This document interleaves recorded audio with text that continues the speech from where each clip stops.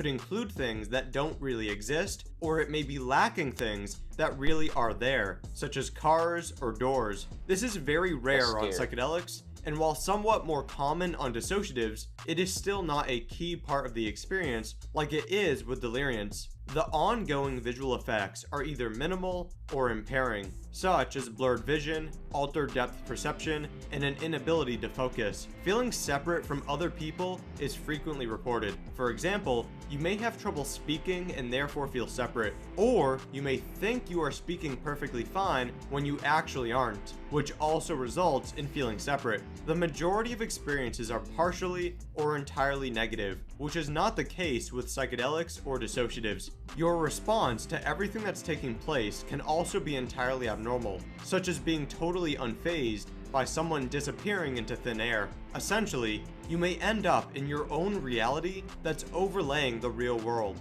During this time, you could be unaware or partially unaware that you've taken a drug. Severe memory impairment and cognitive dysfunction is common, such that recognizing a family member or carrying out simple tasks could be impossible. Your ability to even be conscious of what you are doing is also impaired, allowing you to walk around, talk to people, or engage in dangerous behaviors without really being present or having a memory of what you've done. This combination of effects makes deliriance almost entirely negative, though some neutral or even insightful experiences have taken place. It is worth noting that deliriant experiences are effectively periods of psychosis, which can sometimes become violent and dangerous. Users may become combative when someone, like a doctor, friend, or police officer, is trying to help them. Being this disconnected from reality and your actions means taking a deliriant without a sitter cannot reasonably be viewed as safe, and even the existence of a sitter does not eliminate many of the potential issues.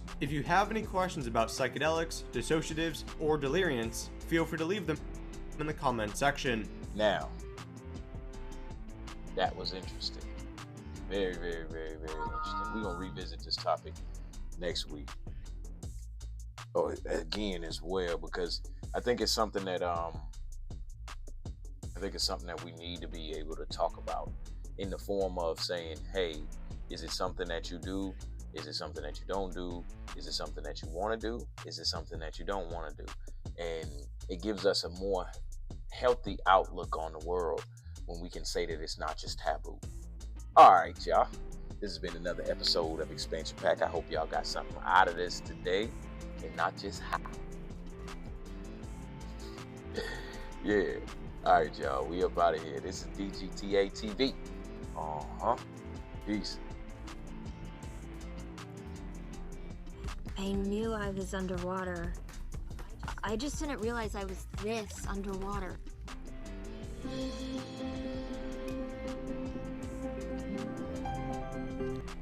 So now you know about your bag of marbles, or your light board, or whatever analogy you want to make work for you. Every time that you're living a scenario, wanted or unwanted, connect those dots just a little bit.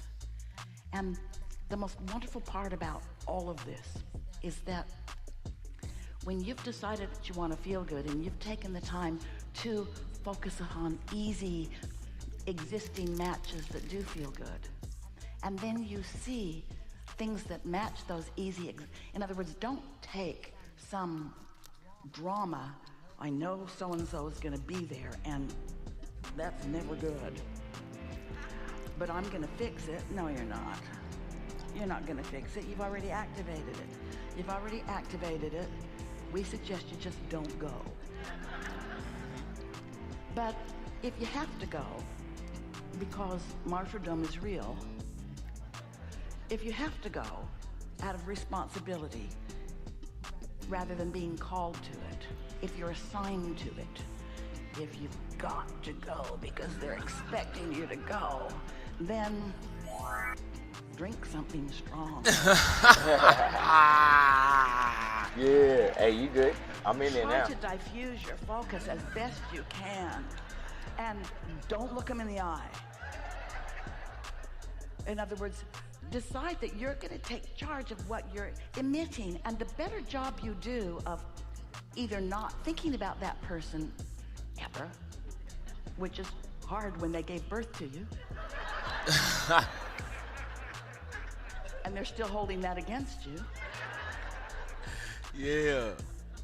You'll develop some skills that work for you. And what you'll begin to notice is that you can accomplish in every situation, especially after you play with this for a little while, scenarios that win-win. You focus upon the best of those that you know are going to be there. And by the best of them, we mean the parts of them that make you feel the best. The parts of them that are the easiest for you to focus on that feel good. So that's your point of attraction. And what you're going to begin to notice is that the best of those around you, not just the humans, but the beasts too. Not just the specifics, but the general too. The traffic, the world in general. You're going to discover that the law of attraction is responding to your self-interest. We're just asking you to make your self-interest be. And this is the clarifying piece. Your self-interest matches the self-interest of your inner being. Now here's why. Yes, ma'am. You were source energy before you came into this body. And then you thought part of that consciousness into this physical body, and splat, here you are. But the larger part of you remains non-physical. And even though the larger part of you, humans call it soul or source, that larger part of you is aware of all of the pieces of your life experience, all of the rooms, all of the vibrational fields that you walk into. Your inner being walks in there too. And your inner being has a bag. Hey, what's up? Welcome to another episode of Expansion Pack. I'm your host, Dan F. Man. I ain't even gonna lie, I'm a little upset because I done lost a couple games. I gotta go back to the drawing board and retrain on all of this 2K stuff. So, you know, my nerves are the fact that I can't get the physics all the way down and it's still doing stuff that's like, oh my gosh, how do you avoid that? But hey, it is what it is. So today we growing up on mental health, well, healthy mental Thursdays. All right, let's get this motivation in here. Need this light, right? And we'll get on with it for the day. Let's get right. I know my light is whack. Don't worry about it. All right, let's go.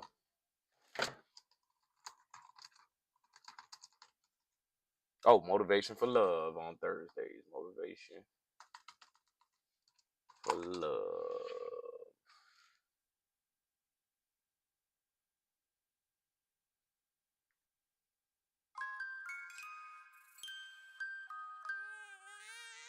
Big ideas. Well, now, really, when we go back then to falling in love and say it's crazy, falling.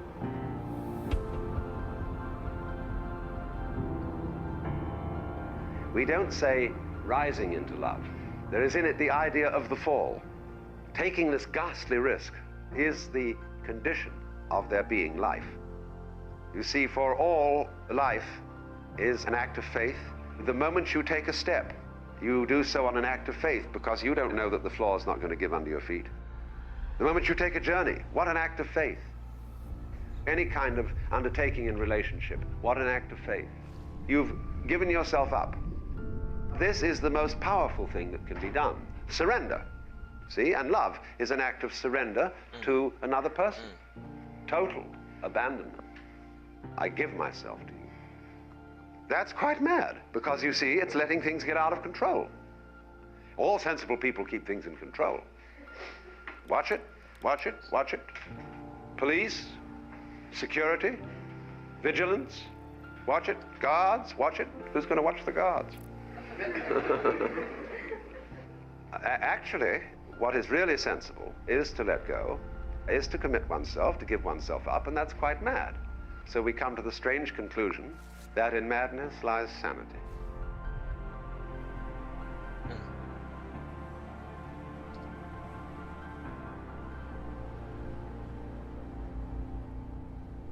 When you fall in love with somebody else and you trust them, they may, as a matter of fact, not fulfill your expectations. There will be disappointments and failures and disasters as a result of taking these risks, it's a gamble. But that risk has to be taken. The alternative to taking that risk is much worse than trusting and being deceived.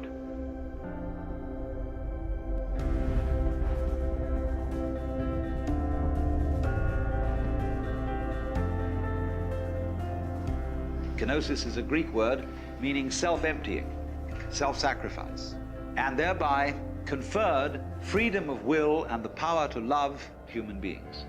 And people who give the power away are tremendously strong personalities, because the more they have given it up, the more they get it. You know, you do this complete let-off of control. It's a lovely, irresponsible state to be in.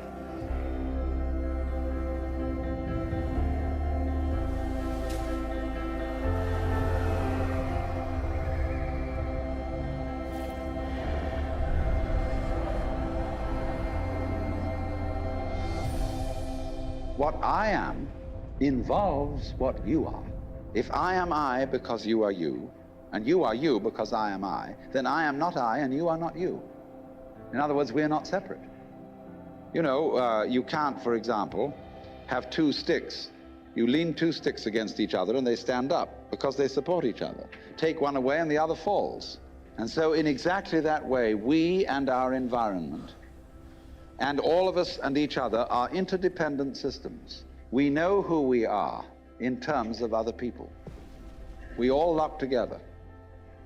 And therefore, that what you call the external world is as much you as your own body. Yes, sir.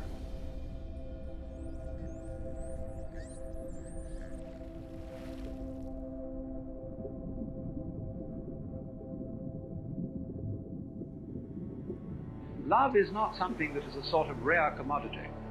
Everybody has it. Existence is love. Because you see, in tying up love in knots and becoming incapable of it, you can't destroy this energy. When you won't love and you won't let it out, the thing comes out in the form of self-destruction. So everybody has the force running. The thing is, first of all, to get it moving. To follow whatever kind of love you have in the first place. The first thing then is to discover what indeed you do love, if anything, and you will find there is something. And then go into the nature of that. Now, it's said that selfish people love themselves. I would say that that is really a misunderstanding of the whole thing. If you explore what you love when you say you love yourself, you will make the startling discovery that everything you love is something which you thought was other than yourself. You suddenly discover that yourself is bigger than you thought it was. It includes the other, and you can't do without it. This brings about a fundamental change in the understanding of the meaning and nature of self. And thereupon, there become a change of attitude to other people. Your love, which is what you are, begins to express itself quite naturally and unaffectedly in a wider way. Now you may ask, well, how are we going to love? I don't think that's quite the question. It isn't so much how or where are we going to get the love from. We all have it.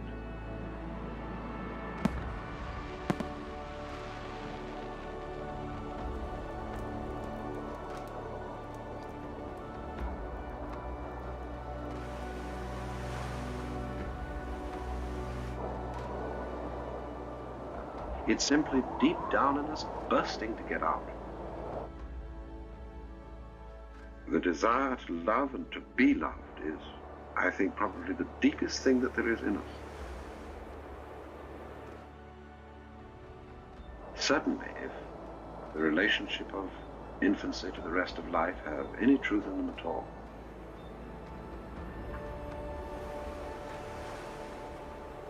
And so it's a matter of seeing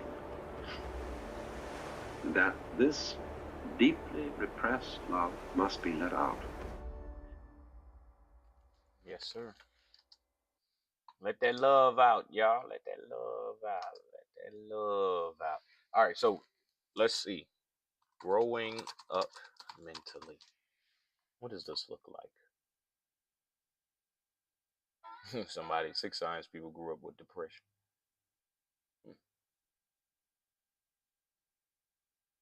Stop writing essays with ChatGPT. It sounds too AI, so you have to rewrite everything. He tries to go back home. He tries to go back to what he was. And he can't do that anymore.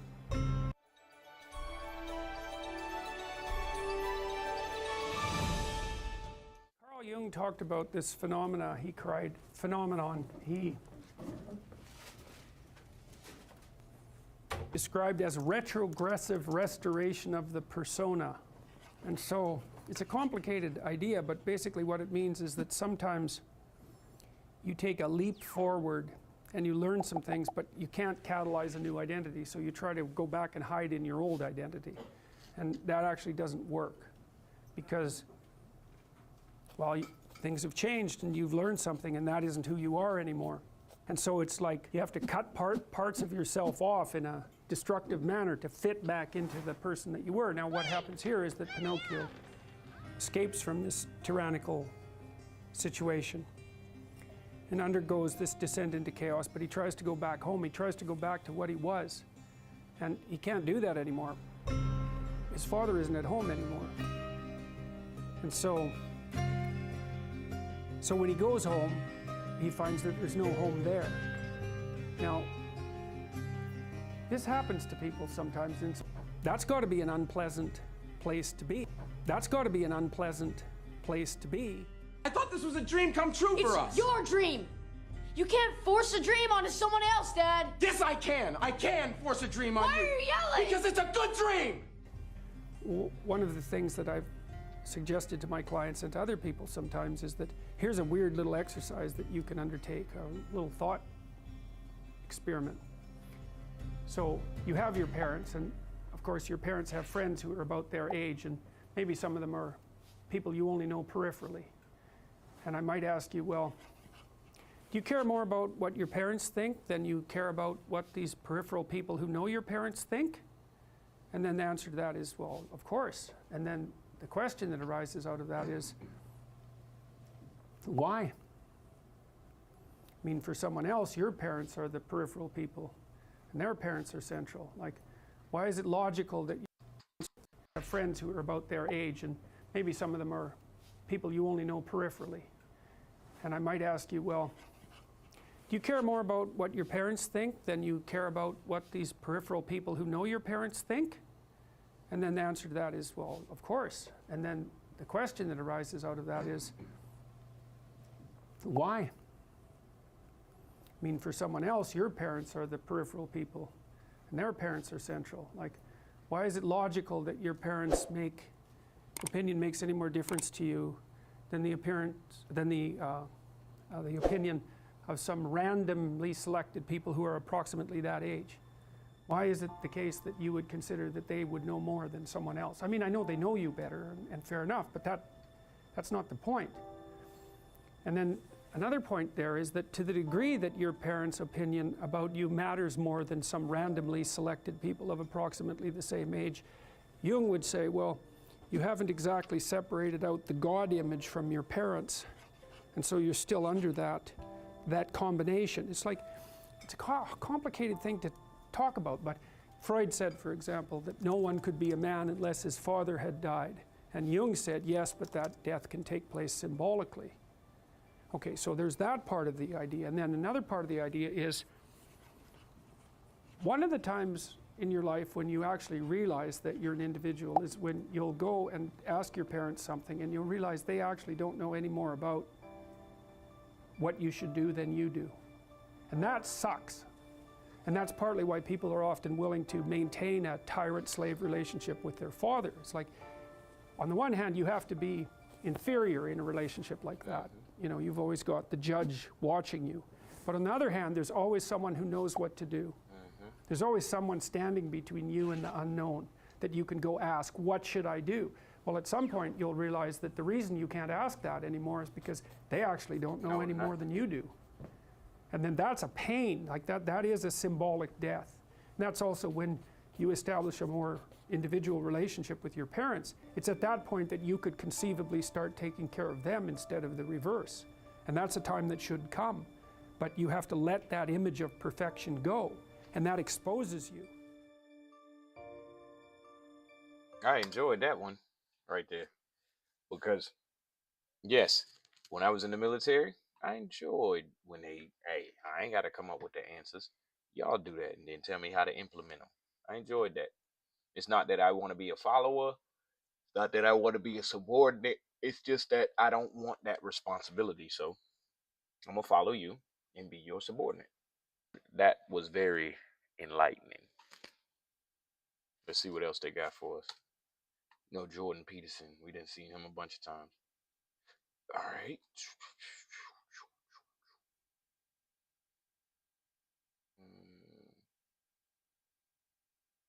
Which are going completely unused in today's world. This is the main reason for depression. If you have to do only physical jobs, you eat one way, mental things another way. So eating the right kind of food becomes very necessary. That means you're in ill health or you're heading there quickly, both physical and psychological. If this is achieved, you have reasonably complete human beings who live their life fully. The word health comes from the root word whole. That means feeling healthy means to be complete, a sense of wholeness within ourselves. For this to happen, our body should be vibrant, our physical energies must be vibrant, our mind must be joyful, emotion must be exuberant. Only then you feel a sense of wholeness.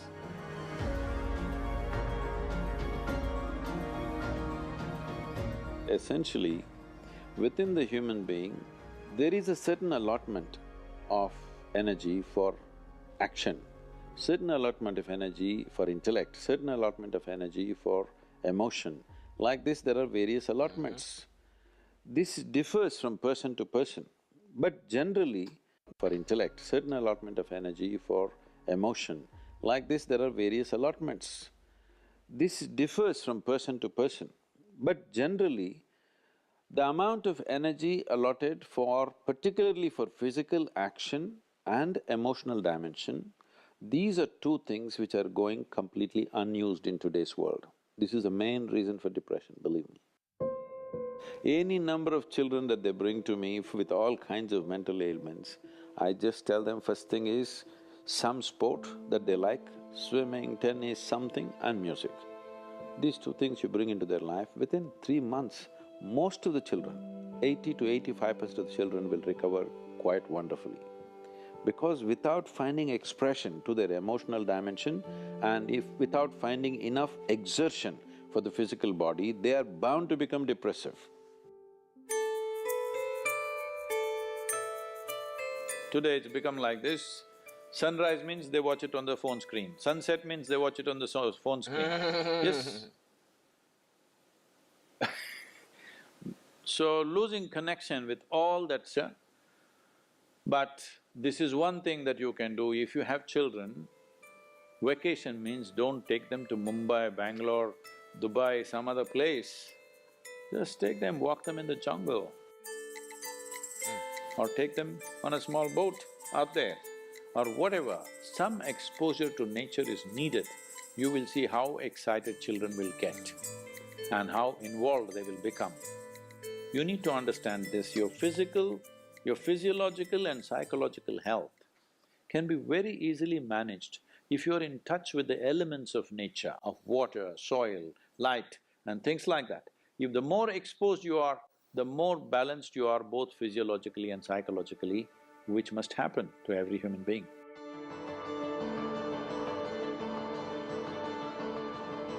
In this country, We made food like this. If you had to do only physical shop, isn't it?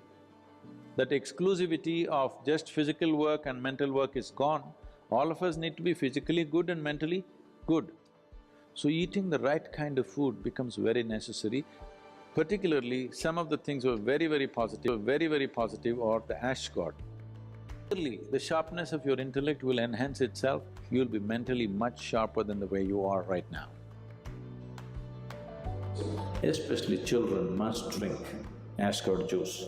Daily consumption of ash god, you will see distinctly your mind seems to be clearer and sharper. This will be noticeable within a few weeks of consumption of Let me see. Let me ash look that god. up.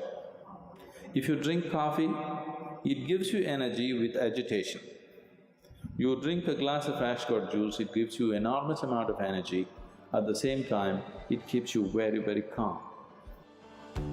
Oh, let me get some of Daily this. consumption of honey can do wonderful things to you, especially if you have children at home. Make honey culture part of your thing. Psychological stability, physical well-being, vitality, all these things can be greatly enhanced simply consuming daily honey. Yes, sir.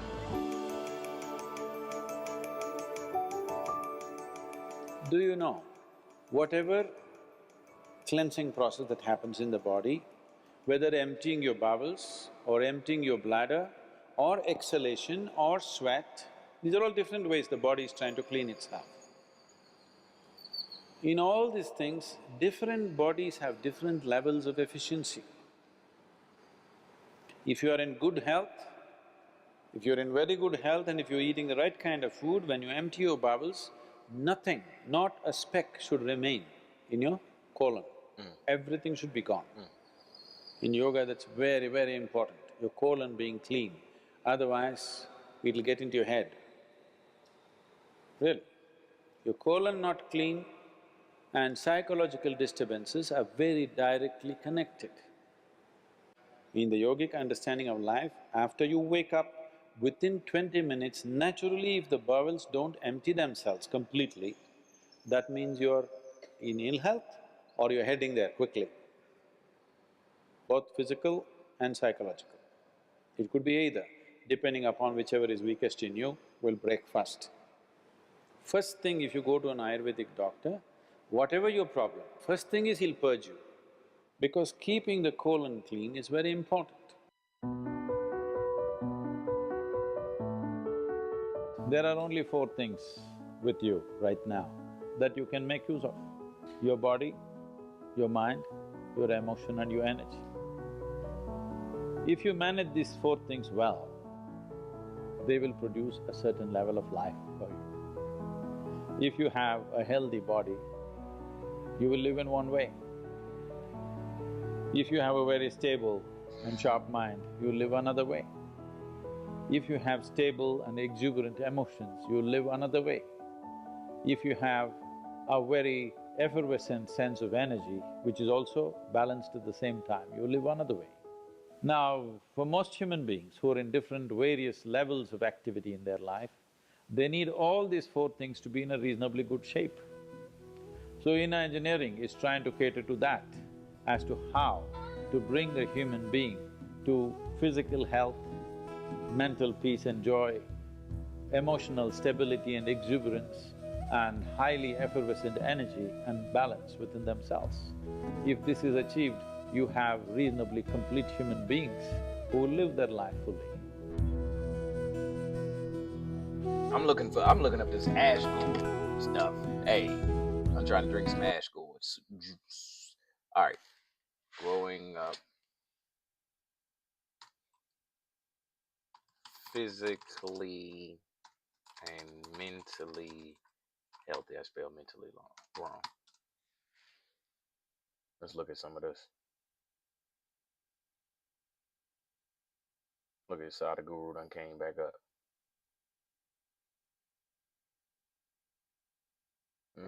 Dr. Daniel. Nah, he 15 minutes. I'm done spending. I can't be on it for 15 minutes. All right. Let me see.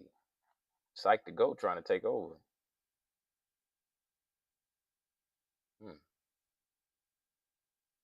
Give me something good, y'all. In a second, I'm gonna just go to Psych2Go. My mans.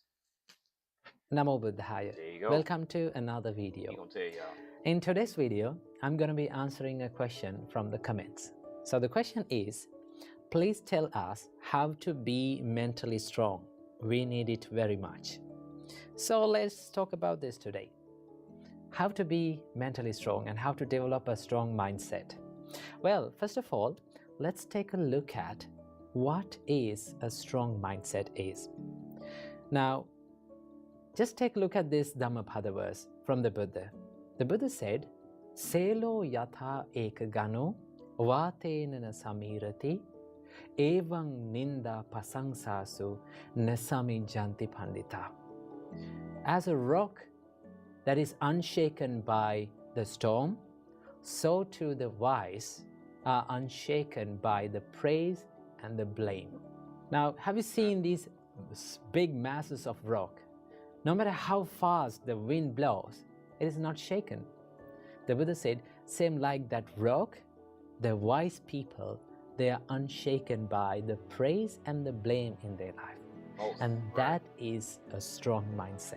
So in this video, I'm going to be sharing with you a few tips that you can practice to build up a strong mindset. Tip number 1 is to maintain a stable mindset in ups and downs in life, right? You know, life is like an ocean. Sometimes ocean is calm and quiet and peaceful, and sometimes it is stormy, right? We face ups and downs in life. The Buddha said these are called 8 worldly conditions, attaloka dhamma. That means praise and blame, gain and loss, fame and disgrace, and pleasure and pain. These are the 8 worldly conditions that we face in our life. Remember these things. So Buddha said, accept these ups and downs in life. Whenever people criticize you, whenever people blame you, whenever you go through tough times in your life, if you can be mindful about your mind and your emotions and your feelings, and not to chase after these emotions and feelings, then you can be more stable in these situations. You can maintain a good emotional balance in these situations. So it is very important to be mindful and to practice the self-awareness in these situations. And also remember, you will not be able to always get the sweet comments and sweet opinions and sweet experiences in your life. Life will give tough times to you. Life will throw lemons at you. So you have to maintain a stable mindset whenever you go through these situations by practicing the mindfulness and the self-awareness. Remember that. Tip number 2 is to build the resilience inside the mind. You know, the resilience means the ability to stand up and bounce back when you go through the adversities and when you go through the challenging situations in your life. To practice this, one thing that you have to know and one thing that you have to understand is that what is in your control and what is not in your control. If you have a good understanding about what is in my control in my life and what is not in my control in my life, right? For an example, if people comes up to you and if they're starting to criticize you, those criticisms, those words that other people speaks about you is not under your control. But what is in your control is your reaction to them. It is always a choice. You can think about this like, should I become angry with this? Should I take this negativity? Should I share this negativity with them and be negative as them? If you can question like that, then you're not ready to take that negativity. And also remember, having a strong mindset does not mean that you're falling down and you're feeling hurt and you're feeling down. Having a strong mindset means you can stand up as soon as possible when you go through these tough situations. You can quickly stand up and you can quickly retrieve back to the normal situations in your life. That is called the resilience. So to practice this, you have to have a good understanding about what is in your control in your life and what is not in your control. The experiences happens to you, and the things that people say to you, other people's opinions, other people's thoughts about you is not under your control. This is what Ivy League universities you can get into with a 3.6 GPA. But all the things that is inside your mind, your opinions about them, your reaction to those experiences, totally under your control. So if something is not under your control, you don't want to worry about it because you cannot make any change about it. But if something is under your control, definitely you can make a change about it. You can change your choice, but not others. So remember that. And also you have to cultivate a problem-solving mindset. If you're easily panicked by the problems, or if you're easily triggered by the problems, then it is not easy to solve the problems, right? But if you can maintain a calm and a peaceful mindset, even when you go through the problems or tough situations in your life, then it is very easy to go into the roots and solve the problems. Yes, sir. Sometimes we take the problems as ourselves. Like we think, we are the anger, I am this problem, why is this happening to me, right? Remember, everything that happens to you will be impermanent. It is not a permanent thing, right? It will be changed one day. So what do you have to do? This thing happened to me, right? What is the reason for this, right? What is the real reason for this? Where did I make the mistakes? And go to that problem, go to the root, and then you can solve that problem. That is how you build up a problem-solving mindset and self-compassion. Remember, if you're loving yourself, if you truly love yourself, you're not going to take other people's negativity with you. Yes, sir. Right? You're not ready to take other people's negativity with you. Whatever the thing that comes up to you, whatever the person comes up to you and bring their negativity with you, you say, well, I'm not going to take this negativity with me. I want to be peaceful. I want to love myself. I truly love myself. Therefore, I'm not ready to take your negativity. I'm not sharing this negativity with you. That is called self-love and self-compassion, right? To practice this, you can add up a simple practice that you can do it daily, right? When you get up early in the morning, just sit on your bed and think, no matter what happens during the day, I am going to love myself. Yes, sir. I'm not going to take any negativity from this world, right? I'm going to empty my bin and I'm going to take a new bin to this world, right? Do you know if you've kept all the bad things and trash in your bin for a long time, what will happen? If you're in your trash bin, it will start to smell, no? But if you remove every single day all the trash in your bin and make it make it a clean place, then it's very easy to live. It's very easy to be peaceful within. So practice the self-compassion and self-love to build a strong mindset. Some people think that the people who are easily lose their temper, some people think that people who show their toughness and rudeness, they have this strong mindset. But no, anger and showing this negativity is not a sign of strength.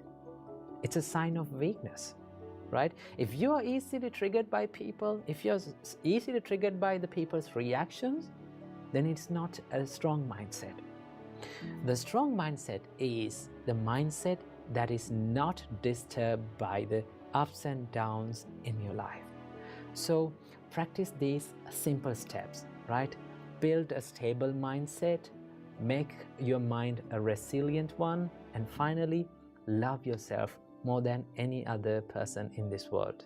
When you practice these steps, you can build up a mindset that is unshaken by the ups and downs in your life. So I wish you all, may all of you find the happiness in your life. Namo Buddhaya. Yes, sir. I got something I want to look at real quick. Let this soft mineral melt in your mouth to rebuild your gums and teeth and never need a dentist again. Did you know there is a natural way to regrow teeth and gums that only 3% of the population even knows about? Scientists at the National Institute of Dental Research have invented a Let's see. Let's go. This is going to be good. This is going to feel good for y'all adults out there. As we know only too well, becoming an adult has very little to do with turning 18 or 22, driving a car, or being entitled to drink. An adulthood worthy of the name is an internal process which may postdate the acquisition of a formal adult identity by many years. We might be 92 and still very slowly be leaving adolescence behind. If we live to be 450, many of us would still be struggling to acquire the fundamental constituents of a grown-up mind. There is one definition of adulthood that it is worth focusing on in particular. Adulthood as defined by the discipline of psych. Here are 12 elements of an adult identity as seen through the lens of psychotherapy. 1. We understand at last some of the ways in which our childhoods have shaped who we are today. We're not confused by a question like, how did your relationship with your mother influence how you see women? Or how did your father shape your sense of what a man might be? 2. We give up on the temptations of believing that we might be simpler than we are. We stop saying that the past doesn't matter, that we can change whatever we like about ourselves simply by wanting to do so, that willpower is everything, and more modestly accept that we might need to explore our minds rather more deeply than would be convenient if we're going to be able to bring about the changes we seek. 3. We develop a sober appreciation of how easy it is to lie to ourselves. We have a sense of the massive hold of denial on our relationship to reality. We appreciate how easily we may get sad when we're in fact angry, anxious when there's a specific thing that concerns us, or stern and proud ourselves. 4. We learn to tell others with slightly more accuracy what's really going on inside us. We don't expect to be understood without speaking. Right. We learn to translate our paranoia and rage into something that someone else will be able to hear. We sulk a little less. 5. We understand, when we aren't tired, the difference between what someone meant to do to us and what we experienced at their hands. We realize that not every hurt we register was powered by a conscious desire to harm us. 6. We forgive ourselves for the strangeness of our minds. We learn to almost delight in how odd we are, what peculiar thoughts are constantly flitting through consciousness, the daunting surprises of our fantasies and dreams, and the perpetual ups and downs of mental life. We don't condemn this in ourselves or censor it too much in others. We take comfort from knowing that there is a strong difference between a thought and an action. 7. We allow ourselves to get angry at certain things that might have happened around those who put us on the earth, but we don't stay stuck in a position of fury. We hold in mind an uncomfortable but genuine balance of ideas, that our progenitors were not necessarily bad, but that some genuinely difficult things might well have happened at their hands. 8. We accept that sometimes reality may be less awful than we assume it will be, because we appreciate how much of our difficult histories may be colouring the lenses through which we look at the world. We accept that catastrophes don't happen as often out there as they do in our minds. 9. We accept how many of our moods rely on the vagaries of our bodies. We get better at monitoring how much we sleep. We become passionate about early nights. We never try to have any significant conversations with anyone past 9 p.m. 10. We might register a wish to blow up a relationship and take up with someone new and hold the thought inside for now. We achieve a little more space between what we feel and what we need to do and say. We learn to move slowly. 11. We get patient and encouraging towards those who are less advanced than we are. We don't hold it against them that they haven't already figured everything out. We guess that there might be something more hopeful and tender lurking beneath their bad mood or anger. We remember how often people have cut us slack and cut them slack in turn. We know and get bored by how easy it is to condemn. 12. We remain aware that any progress we feel we've made is always liable to be temporary. We hold our victories lightly. A new storm may be along any moment. We're extremely grateful for every day that unfolds calmly. We lose our taste for excitement. We have nothing against the idea of having a delightfully boring rest of our lives. Therapy has always been such a scary idea to me because I simply did not know where to get started. I didn't know how to find my person. I did not know where to go.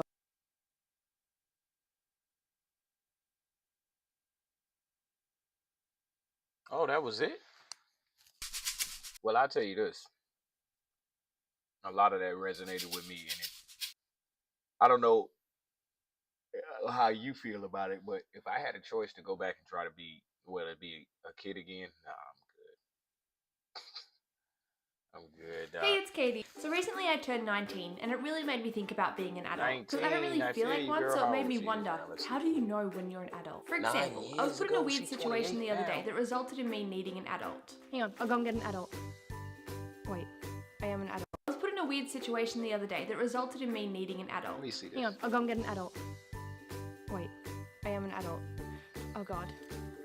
I need a more adulty adult. So I decided to put together a list of things that happened to me that really made me realize that I'm actually an adult. Number 1, I watched a movie from my childhood and I finally understood all the jokes. I didn't realize how many kids movies had actual jokes for the adults because they always used to fly right over the top of my head. Wait, what? Oh my god. How did I never pick up on that? This movie is so much better now. Number 2, I was standing in a line and a man behind me with 2 kids said, "You can play, but just make sure you don't hit that lady." And I was like, heck yes, I'm a lady, not a girl. And it actually just gave me such a thrill because it's so much better being called a lady than a girl. Number 3, I spend so much more time in grocery stores than clothing stores. Like, I don't know if this is an adult thing or just the fact that I buy a lot of food, but I'm always in a grocery store. I even do that thing where I look for bargains everywhere I can find them. That's right, girl. And I complain when they don't have the things that I want. You know, I think I just skipped adult, went straight to grandma. I just can't believe they don't have it anymore, you know? This is how crushed I felt when I realized that Frozen was taken off Netflix. Number 4, I think about petrol. I never used to understand why adults were so concerned when the petrol price went up like 1 cent, but now I think about it all the time. Sometimes I'm even that person that tells their stories about what happens to them at the petrol station, and I just realized I've actually put that in a video of me talking about an experience in the petrol station. Okay. Number 5, I get asked this a lot. Do you have flybys? And I all of a sudden get confused because I'm like, I'm a child, and then I remember, oh wait, no, I'm not. No, I don't have flybys, thanks for asking. What a But being flyby? an adult and being considered an adult has so many perks. For example, you can pretend to be fancy with real wine. Well, la-dee-da. You can drive by yourself. Get in, loser, we're going shopping. And if you want to buy a baby pool for no reason, then go ahead. Yes, this is the best day of my life. But it does also have some negatives. And the one that stands out to me the most is this. Adult. What the heck? Adults are the ones that need to save their money. Oh, honestly, this is preposterous. Well, that was the video for this week. I hope you enjoyed it. Yeah. Comment down below how old you are and if any of these have happened to you, because I would really love to know. And make sure to give this video a big thumbs up if you enjoyed it and subscribe. All right, y'all. We about to get up out of here for today, but I'm gonna give y'all a little bit more motivation before we do. This is actually pretty cool because she's 28 now. Look at her. Hey, it's Katie and welcome back Look to at my Katie. channel. So today, What's up, it girl? is not a Christmas themed video, although it kind of looks like it should be. I am going to be reacting to theater kid memes that you guys have sent me, and I am so excited. I did part 1 to this video a few weeks ago, maybe a month or so ago, and you all seem to really enjoy it, and I thought, why not do a part 2? So, here we are. On my YouTube community tab, I posted to ask if anybody could send in their theater kid memes on my Instagram or my Twitter, which Alright, is I had both to type that comment. at Katie Brown. And you guys definitely delivered. So today I'm gonna be going through those memes and reacting. Okay, this one's a Hamilton one, which we love. Mulligan and Lafayette, we fought with him. Lawrence, me, I much like my tragic Alright, let's get off of Katie. She cool though. saga of trying to sing Guns and Ship. Look at Katie, done grew up. All right, y'all, let's get some motivation. Mental motivation. Then we're gonna get up out of here for the day. maybe we should do it in shorts. Let's do it in shorts. I ain't gonna lie, I thought depression was fake. For the longest, I was like, dog, that's the biggest excuse I've ever heard. I'm like, I don't know why people like lean on it so hard. And at one point during when Ari had to cut my high top, that's where the high top came from. I was literally at that wall where I'm like, this leg, it's not getting, like, I can't do nothing. I'm like, Ari, like, at this point, he like, dude, can you get up, change, cut your hair, come on, let's cut your hair, let's do something different. And everybody keep telling me, you need to rest, you need to rest, you need to rest. I'm like, bro, I've been going to sleep every day for 2 months. I'm like, I can't do nothing. I can't run, I can't jump, I can't push somebody, I can't do nothing. I'm like, if I walk down the stairs and mess up, I'm down. You know what I'm saying? So I was just in that, and I was like, bro, this is the first time I could acknowledge it. I was like, man, depression's real. I ain't gonna lie, I thought depression. How you gain mental toughness, how you become the person you want to be, is constantly facing the things that you don't want to face. If you constantly run away from things that you don't want to face, how is there growth? How you gain mental toughness, how you become the person you want to be, is constantly facing the things that you don't want to face. If you constantly run away from things, most people win the battle for success, for dreams, for mental health, for happiness, for confidence in the first 30 seconds of being awake, because they reach for the phone and they immediately direct their attention at other people's lives. Most people win. The big 5 in life for mental health, it's clear. You need regular quality sleep. We know this. Every time somebody commits suicide, you look back at their sleep patterns in the days and weeks before, totally disrupted. Wow. So regular sleep is key. Sunlight, you need sunlight in the morning. It stimulates dopamine release in the brain and other neurochemicals that make you feel good. People are staying up late and looking at their phones and watching TV, staying in and not getting sunlight. You can't do that and expect to be healthy. The other one is exercise, movement, social connection, good nutrition. And that's just the baseline. The most powerful 2 important tools we have is this body and this mind. And both of these things not taking instructions from you. If you say, I'm stressed, I'm tense, I'm anxious, I'm miserable, whatever, if you say, essentially, these are not taking instructions from you, that's all it is. You can give 1,000 explanations. Essentially, you do not know how to employ the prowess of your body and your mind. So inner engineering is to get a proper handle on these 2 faculties that we have, which are most miraculous. Inner engineering is about turning our perceptions inward to see how to engineer this machine in such a way it functions the way I want. Right. The one thing, like, people talk about depression all the time. The difference between depression and sadness is just, you know, from happenstance, whatever happened or didn't happen for you. And depression is your body saying, fuck you, I don't want to be this character anymore. I don't want to hold up this avatar that you've created in the world. It's too much for me.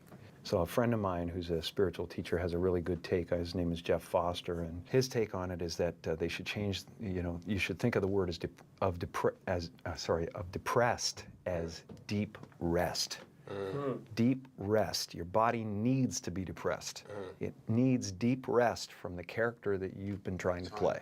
The one thing— Talk about manifesting. It's fucking real, man. Manifesting is real. When you figure out who you are and what you want to do, and you devote your life to it like a maniac, like you're all in on this thing, and you manifest, most of these people end up doing what they say they're going to do and being who they say they're going to become. It's real. And there's no excuses. There's no not willing to grind and everybody's against me and this didn't happen for me because of this and that and all this whining. It's these people who dive in and they're hardcore and they're focused and they know what they want. They know who they are. And they lay out these short-term goals and this roadmap on how to get there. Most of those people make it. Talk about manifesting. It's fucking real, man. Manifest. And I always ask my mother, I said, Mother, how come is everything white? I said, why is Jesus white with blonde hair and blue eyes? Why is the Lord's Supper all white men? Angels are white, Pope. And Mr. Universe was always white. And then they got some stuff called White House cigars, white swan soap, king white soap, white cloud tissue paper, white rain hair rinse, white tornado flow wax. Everything was white. And the angel food cake was the white cake, and the devil food cake was the chocolate cake. I said, Mama, why is everything white? I always wondered, you know, and the president lived in the White House. And Mary had a little lamb, his feet as white as snow and Snow White. And everything was white. Santa Claus was white. And everything bad was black. The little ugly duckling was a black duck. And the black cat was the bad luck. And if I threaten you, I'm gonna blackmail you. So Mama, why don't they call it white mail? They lie too. And I always asked Mother, I said, Mother, how come is everything? Just work in silence. Buying a house, shut your mouth. Buying a new car, shut your mouth. Getting married, shut your mouth. Going on a holiday, shut your mouth. Going to do a course, shut your mouth. Got promoted, shut your mouth. 99% of the time, we open our mouths prematurely to the wrong people at the wrong time, which results in our dreams not materializing when they should. We were wrong to share our successes with people who claim to be friends. Remember, envy and jealousy are enough for people to feed off and tear you down. So shut your mouth. The majority of your friends want you to succeed, but you never outperform them. Remember, even your family members may harbor hidden envy, but they cannot override God's plan for you. So don't be an idiot, just work in silence. Drop a 100 in the comment if you agree with me. Just work in silence. Buying a house. I don't mean to be rude, but everybody has a limited amount on this life, but if you are trying to teach everyone something, then everyone's gonna pass away soon, so what's the point? Oh, existentialism. Uh-oh. Whew. That's another hour. Oh. And this is from the youngest. This is from the youngest. All right, that's a tough one, Mr. Guru. This is really interesting. Watch this video. Let me ask you a question. What would you say is the furthest distance in this room? You say from floor to ceiling, door to door, wall to wall? I would say the furthest distance in this room is about 12 to 14 inches. That's how far it is from the head to the heart. He's going, you may know facts about God, but that does not mean that you are his child. You may know the book, but you don't know the author. You know what breaks my heart? Is that heaven and hell are separated by 12 to 14 inches. Tasting God's goodness versus tasting God's wrath is separated by 12 to 14 inches. Just because you know facts about God, that does not mean it's traveled down to your heart so that you actually trust him. This is really interesting. Watch this video. Never complain, never explain. And what it means is, don't complain about life. Don't explain what you're doing or why you're doing it. Just do it. By whining and complaining, all you're doing is making people think bad things about you, looking weak. And when you complain a lot, you have a mindset where everything is kind of a potential complaint. Stop whining and stop explaining yourself and just do things in the world and let your actions speak for themselves. Never complain, never explain. People who are very funny often grew up in circumstances that were not funny at all. That's interesting you say that, because I remember Jimmy Carr saying, people always ask me if I'm depressed. That's why I'm a comedian, but actually you should ask if my parents were depressed. Perfect. Yeah, exactly. I mean, very often the wit of the child is there to ward off the parent's depression. Really? Children come into the world, and all of us are honed by nature to figure out, what do I need to do here to survive? In some families, you need to excel academically. In some families, you need to fail academically. In some families, you need to be very witty. In some families, you need to be invisible. Why would you need to fail in some families? Oh, well, the classic one is parental envy. Some parents are hugely envious of their own children, and they cannot bear that their child, who they've put on the earth, should be happier than they've managed to be. And so therefore the child has to take early retirement. You know, families are difficult places, and dynamics occur that really go way beyond what we're ordinarily prepared to tolerate. People who have... You should never do these 6 foolish things. 1. Never talk about your dreams to anyone. Remember, a fish with its mouth shut avoids the hook. 2. Never get too involved in other people's problems. Don't obsess as if they are your own. You'll forget yourself. 3. Don't use other people to get your emotional fix, because you will become helpless when they don't have time for you or are no longer around. Instead, build your emotional structure so that you can provide for yourself. 4. Never ask anyone for borrowed money. Don't lend money either. Money both breaks friendships and turns you into a beggar for your debts. 5. Never spend more than you earn. You'll become poor. 6. Never blame other people for your own problems. You should never do these 6 foolish things. Why is it that rich white people do not have to show off their wealth the way black people do? I'll tell you why. Number 1, non-Africans, white, brown, yellow, or red, they are preoccupied with the accumulation of power, not materialism. Gotcha. Black people are preoccupied with the accumulation of materialism. Number 2, the Caucasian, the Asian, the Arab, they were never stripped of their self-respect. So they don't have a need. If he's worth $1 million, I may not see it. Right. If you worth $1 million, you're gonna have on a bling bling. His identity never went through the historical assault that your identity went through. You are on a never-ending quest to prove that you are somebody. He don't have to do that. You wanna know why? Him being white is enough to come into a room with. Why is it that rich white people do not have to show off their wealth the way black people do? I'll tell you why. Number 1, we watching this again. Non-Africans, white, brown, yellow, or red, they are preoccupied with the accumulation of power, not materialism. Gotcha. Black people are preoccupied with the accumulation of materialism. Number 2, the Caucasian, the Asian, the Arab, they were never stripped of their self-respect. So they don't have a need. If he's worth $1 million, I may not see it.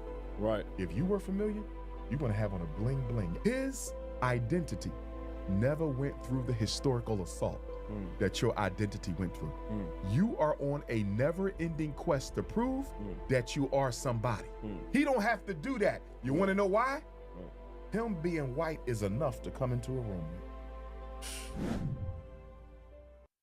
Here's the truth, gentlemen. Being handsome doesn't keep a woman. Being honest doesn't keep a woman. Being loyal doesn't keep a woman. Treating a woman well doesn't keep a woman. Being there for her doesn't keep a woman. Caring about her doesn't keep a woman. Making an effort doesn't keep a woman. Paying attention doesn't keep a woman. Spending time with her doesn't keep a woman. You could have the best intentions. You could have the most sincere feelings. And you could be a good man. And you still wouldn't be able to keep her. Because the only way to keep a woman is if that woman wants to be kept by you. You can't force her to stay. You can't beg her to love you. You can't love her into loving you back. With a woman, you know she wants to stay when things get tough. And she still chooses to fight for you. Because a woman only fights for the man she truly wants to be with. So if she's not fighting for you when things get hard, it's because she no longer wants. Here's the truth, gentlemen. Being handsome doesn't keep a woman. Being... All right, y'all. We out for the day. Peace. See y'all tomorrow. Fun Friday. The storage of medication. Hey, yes, sir. 10 training programs have been approved by the state of Colorado and are currently offering training to future facilitators and clinical facilitators. In order to be a facilitator of the drug, the state requires 150 hours of coursework followed by a required 40 hours of supervised in-person practice, 50 hours of consultation, and basic life support training along with dosage guidelines. That's why having psychedelic therapy as a new tool in our toolbox is monumental for mental health care in Colorado. Oh man. Hey y'all, we hey. Thursday, what today is? Wednesday. Thursday, we gonna be looking into this different type of therapies that we can look that ease our pressures. Yeah, I think this was awesome.